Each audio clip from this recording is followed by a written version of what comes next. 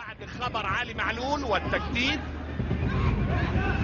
ترقيصه حلوه من العش ووصول لامام، ودي كوره واول الاجوان.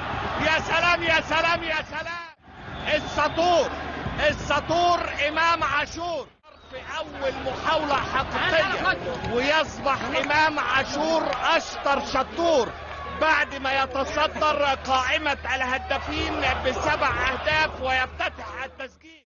يا عيني على الفرحه، ويا عيني على امام وجمال امام، والفرحه الاولى للياقوت الاحمر بتسجيل اول اجوان في اول تمريره. بصوا حضراتكم الحكايه وادي الروايه بعد ضغط من مصطفى العش 10/10، لكن بص شوف الحكايه، حطها لفه جاتو على شمال عمر صلاح علشان تهتز الشباك اصدقائي، ويتقدم المارد الاحمر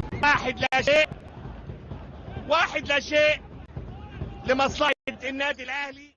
تقدم عبد الله وضغط عبد الله، اتفتحت المساحه او جد نفسه في مكان خطير، رفع وشه وجول. جول جول جول جول.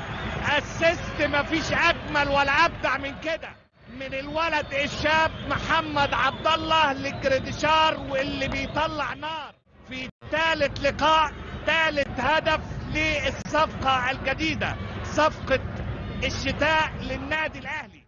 اللاعب السلوفيني جريديشار ياخد بعد مؤاوحه وبعد مهاره وبعد شطاره من محمد عبد الله، يحطها له شبيك لبيك، المرمى مفتوح بين ايديك.